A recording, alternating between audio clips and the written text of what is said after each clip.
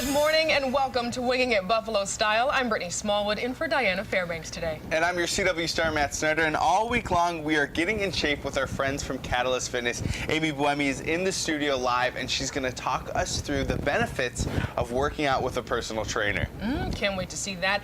And we also have Chef Scotty. He's back in the kitchen with us. He is from the Riley Street Station. He's got a great healthy recipe for us. I love it. And he's making salmon over arugula and spinach with fruit. And speaking of healthy recipes, we're going to learn how to unjunk some of that junk food that you know you're snacking on. And we also have a special guest with us in for hot sauce, Dottie Gallagher Cohen. She is now the new president of Buffalo Niagara Partnership. She's going to talk about some of her plans for her new position. But first, we're going to get started with something that's on everyone's minds and everyone's lips this morning. You know, an NBA player made history the other day, yesterday actually. He became the first openly gay active athlete in a major U.S. pro sport. His name is Jason Collins, and he decided to share his story on the cover of the upcoming Sports Illustrated. And in the article, he says, "I'm a 34-year-old NBA center. I'm black and I'm gay." He's been met with outpouring support from fans and fellow players. I think he's going to make a huge impact on a lot of people. I think most importantly, a lot of young people. At the end of the day, he's a good guy, he's a hard worker, he's a good basketball player, and that's what he should be judged for, and that's what he should be known for. Absolutely. And one interesting thing is that Jason mentioned, because of everything with the Boston bombing, he said, you know, there's never going to be a perfect time to do this. Just speak up now and say your piece. I thought that was great. And, you know, I think this is a step in the right direction for pro sports. I know that he's essentially the first person to ever step out and say, yeah, this is who I am. I'm happy with it. I'm content with it. And I hope you are too. So hopefully he's leading the way. So we see, you know, similar stories in, you know, football or hockey, because right now it's just him out there. Yes, round of applause for Jason.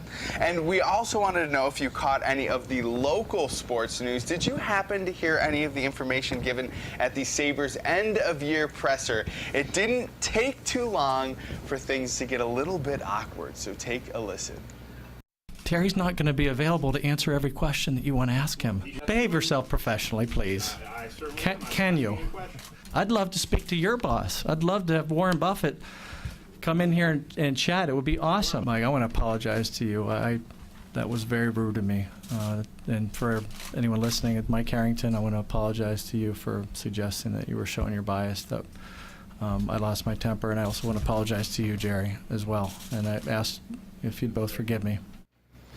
You know, there are a couple issues. I know one of them is the fact that they raised the price on Fan Appreciation Night, which is kind of silly, because if you want your, you know, say we appreciate you, you would keep the prices low. And I know that there was also Terry Pegula was not talking. I think that was another one of the issues. Right. Some of the reporters wanted to speak to him at the press conference, and he wasn't available. And then that beautiful firestorm of an interview took place. You know, but I do think that it's great in Buffalo that the fans feel comfortable enough and the media feels comfortable enough to hold the Sabres accountable, because, you know, they are a sports team.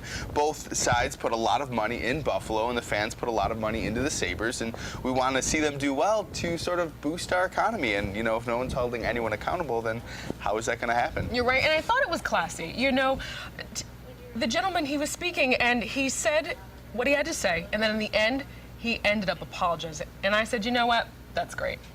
And of course, that was Ted Black, the president. And, you know, it is a little awkward when people get fiery. You know, you don't want to see grown men argue, but it shows passion. And passion is always great because it shows that you love what you're talking about. And I think that's what everybody on both sides wants.